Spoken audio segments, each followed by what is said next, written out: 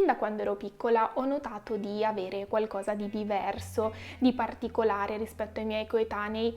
È come se percepissi una maggiore sensibilità che a volte mi faceva comportare in modo anche un po' strano. Ad esempio, ho notato che mi affezionavo molto profondamente alle persone o ai luoghi, tanto che quando me ne allontanavo, appunto, piangevo per il distacco, oppure provavo emozioni molto forti e intense, e questo mi faceva anche perdere spesso all'interno del mio complicato mondo interiore. Crescendo ho cercato di accettare e di conoscere meglio questa parte di me stessa, anche perché ho notato che gli anni passavano, le persone, i contesti cambiavano, ma le mie reazioni tutto sommato rimanevano simili. Forse sono semplicemente una persona troppo sensibile, mi sono detta a volte, e questo anche confrontandomi con la mia famiglia o con altre persone con un carattere diverso dal mio, e questo lo vedevo piuttosto come un difetto o come una scocciatura che comunque mi rendeva la vita molto più difficile. A questo punto vengo al dunque, perché qualche mese fa ho scoperto degli studi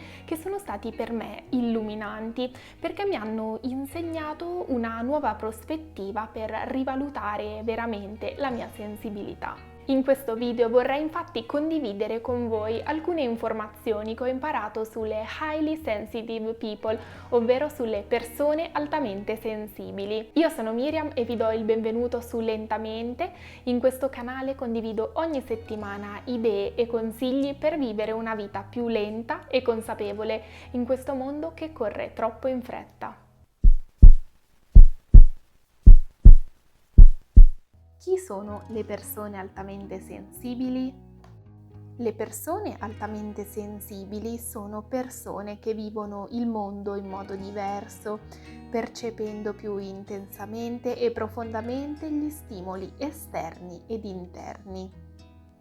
Si dice che circa il 15-20% della popolazione rientra all'interno di questa categoria, che possiede appunto il tratto di personalità dell'alta sensibilità, che è genetico e innato. Le persone altamente sensibili sono particolarmente empatiche e intuitive, ed è stato mostrato che queste persone hanno proprio un diverso funzionamento del sistema neurologico, che è più attivo e suscettibile. Essere altamente sensibili non è una malattia, ma piuttosto un tratto di personalità che quindi influenza il modo in cui viviamo.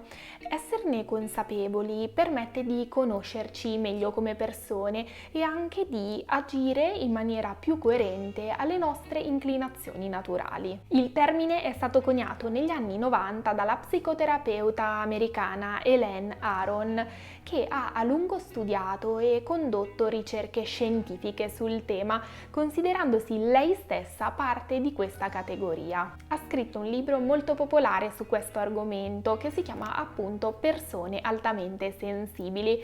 Vi metto il link al libro nella descrizione. All'interno del libro la dottoressa ha strutturato un test che si può fare per capire se si rientra nella categoria delle persone altamente sensibili. Questo test si può trovare anche su alcuni siti internet dedicati all'argomento, e vi metto sempre nella descrizione sotto al video il link del test che ho usato io. Le caratteristiche delle persone altamente sensibili. Secondo le ricerche, le persone altamente sensibili si contraddistinguono per 4 caratteristiche. Elaborano più profondamente le emozioni, i pensieri e gli input sensoriali. Tendono a pensare molto e hanno un pensiero profondo. Sono anche riflessive e impiegano più tempo per prendere decisioni. Vivono intensamente i sentimenti e per questo risultano spesso più mature rispetto alla loro reale età.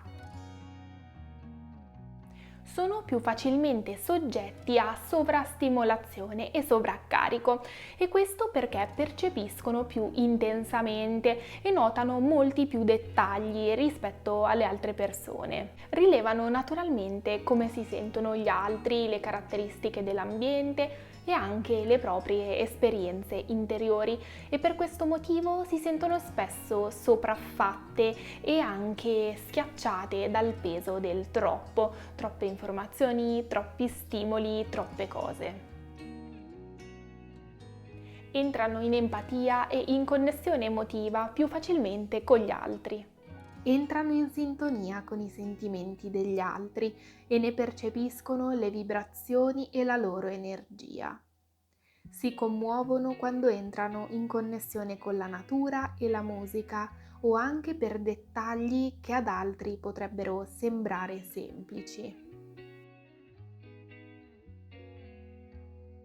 Hanno una sensibilità sensoriale accentuata rispetto alle altre persone e questo sia in senso piacevole che spiacevole. Ad esempio notano la piacevolezza della brezza sul viso o il cinguettio degli uccelli, oppure allo stesso tempo sono disturbate nello stare in un luogo con rumori forti e luci troppo intense. Anche se lo davo piuttosto per scontato, facendo il test mi sono accorta di essere senza dubbio una persona altamente sensibile. La cosa che più mi ha colpito di tutta questa storia non è tanto il fatto di essere catalogata come una persona sensibile, perché di fatto per me era piuttosto evidente, ma proprio tutto il resto, quindi le conseguenze che sono legate a questo aspetto. Il fatto, ad esempio, di sentirmi disturbata all'interno di contesti o ambienti con luci troppo forti o con rumori troppo forti, io non lo legavo di fatto alla sensibilità per come intendevo io prima questo concetto,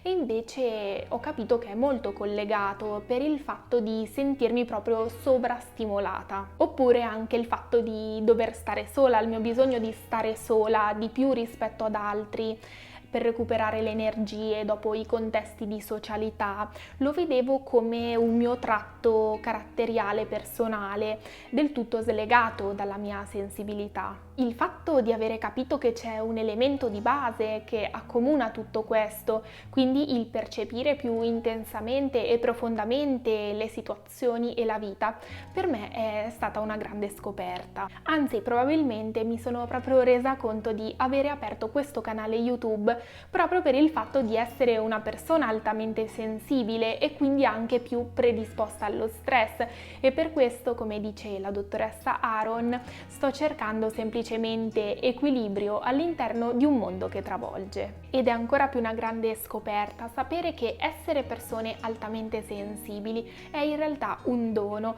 e non un difetto oppure qualcosa di cui vergognarsi. Infatti, le persone altamente sensibili hanno una spiccata intuizione, le cose le percepiscono, se le sentono.